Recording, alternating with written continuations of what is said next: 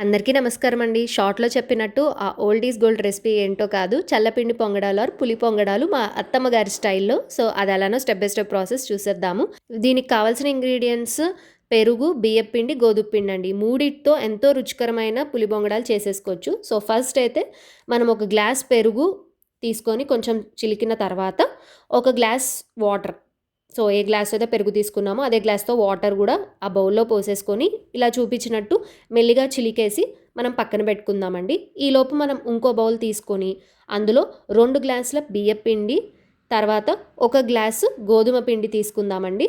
తర్వాత కొంచెం పసుపు, చిటికెడు పసుపు అయితే తీసుకుందామండి. సో, ఈ 3 వేసేసుకున్నాక బాగా మిక్స్ చేసుకోండి. 2 గ్లాసుల బియ్యపిండి, ఒక గ్లాస్ గోధుమ పిండి, కొంచెం పసుపు. ఈ 3 వేసి బాగా మిక్స్ చేసుకున్న తర్వాత ఇక్కడ నేను మీకు చూపిస్తున్నట్టు కొంచెం కొంచెం మనం ఇందాక చిలికి పక్కన పెట్టుకున్న మజ్జిగను కొంచెం కొంచెం కలుపుకోండి. ఒకేసారి వేయొద్దు. సో, ఇక్కడ మీకు చూపిస్తున్నట్టు కొంచెం కొంచెం మజ్జిగను యాడ్ చేసుకుంటూ పిండిని కలుపుతూ ఉండండి.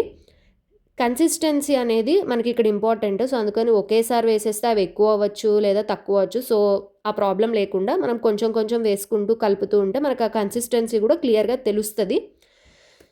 సో, ఇక్కడైతే నేను మీకు మొత్తం ప్రాసెస్ చూపిస్తున్నాను. కన్సిస్టెన్సీ లైక్ కొంచెం కొంచెం పోసుకొని మేము కలుపుతున్న విధానం అదంతా మీకు చూపిస్తున్నాను క్లియర్‌గా step by step. So that మీకు కూడా క్లియర్‌గా తెలుస్తుంది అని చెప్పేసి. సో, ఇదండి batter consistency. So, batter consistency అయితే ఇలా ఉండాలి. మరీ చిక్కగా ఉండకూడదు. అలా మరీ చపాతీ పిండిలాగా గట్టిగా కూడా ఉండకూడదు. కరెక్ట్‌గా ఈ కన్సిస్టెన్సీతో అయితే ఉండాలండి. సో, ఈ బ్యాటర్‌ని అయితే మనం 8-12 అవర్స్ ఓవర్ నైట్ సోక్ చేసేసుకుందాము. So, 8-12 hours over night soak చేసుకున్న తర్వాత బ్యాటర్ అనేది ఇలా ఉంటది. వాటర్ ఎక్స్‌ట్రా ఏం పోయొద్దండి. ఎందుకంటే ఆల్రెడీ పెరుగులో ఉన్న వాటర్ అది కొంచెం మనకి పైకి తేలుతది కాబట్టి వాటర్ అనేది ఎక్కువ పోయొద్దు. తర్వాత మీకు కావాల్సినంత పిండి తీసుకొని అందులో జీలకర్ర, పచ్చిమిర్చి, ఉల్లిపాయ, తగినంత ఉప్పు వేసుకొని ఇక్కడ చూపించినట్టు మిక్స్ చేసుకొని వాటర్ కొంచెం కొంచెం యాడ్ చేసుకోండి. ఇది కూడా సేమ్ ఒకేసారి యాడ్ చేయొద్దు. ఎందుకంటే మనకి మరీ దోస పిండి కన్సిస్టెన్సీలా కూడా అంటే మరీ అలా కూడా రాకూడదు. సో, అందుకని మనం ఇక్కడ చూపించినట్టు ఇదిగోండి ఇది ఎగ్జాక్ట్ కన్సిస్టెన్సీ. మరీ దోస బ్యాటర్ లాగా మరీ వాటరీగా లేదు. అలా అని మరీ గట్టిగా కూడా లేదండి. సో, ఇక్కడైతే మనకి బ్యాటర్ రెడీ అయిపోయింది పులి పొంగడాలు వేసుకోవడానికి. సో, పులి పొంగడాలు ఇట్లాగా ఐరన్ బాండీలో వేసుకుంటే టేస్ట్ అనేది మరింత అద్భుతంగా ఉంటదండి. సో, ఐరన్ బాండీలో వేస్తే అతుక్కోకుండా రావడానికి మా అత్తమ్మ గారైతే ఒక టిప్ చెప్పారు. ఆ టిప్ అయితే నేను మీతో షేర్ చేసుకోవాలనుకుంటున్నానండి. సో, ఐరన్ బాండీలో అయితే ఫస్ట్ ఆయిల్ వేసుకుందాము. ఫస్ట్ టైం మనం వేసేటప్పుడు ఒక స్పూన్ ఆయిల్ అయితే వేసుకోండి. కొంచెం ఆయిల్ పట్టిద్ది. సెకండ్ టైమ్ నుంచి వేసే పులి బొంగడాలకి అంత ఆయిల్ అయితే పట్టదండి. సో, ఇక్కడ ఫస్ట్ ఆయిల్ వేసుకొని ఇట్లా బాండీ అంతా మొత్తం అంటుకునేలాగా ఇలా మొత్తం నీట్‌గా తిప్పేయండి.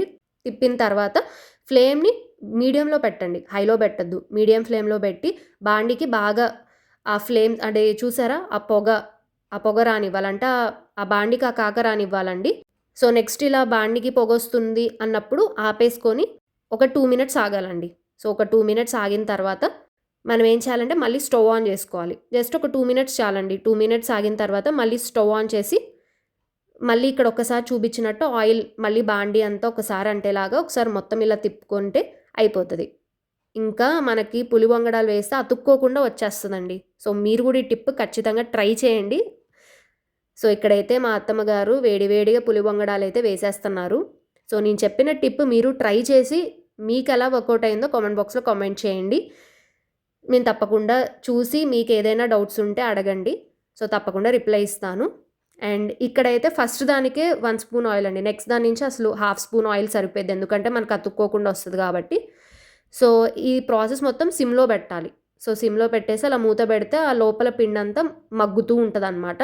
సో, బయట ఔటర్ లేయర్ అంతా క్రిస్పీగా ఉంటది. సో, మీరు చూస్తేనే తెలిసిపోతుంది. అండ్ లోపలేమో సాఫ్టీగా ఉంటది బన్‌లాగా.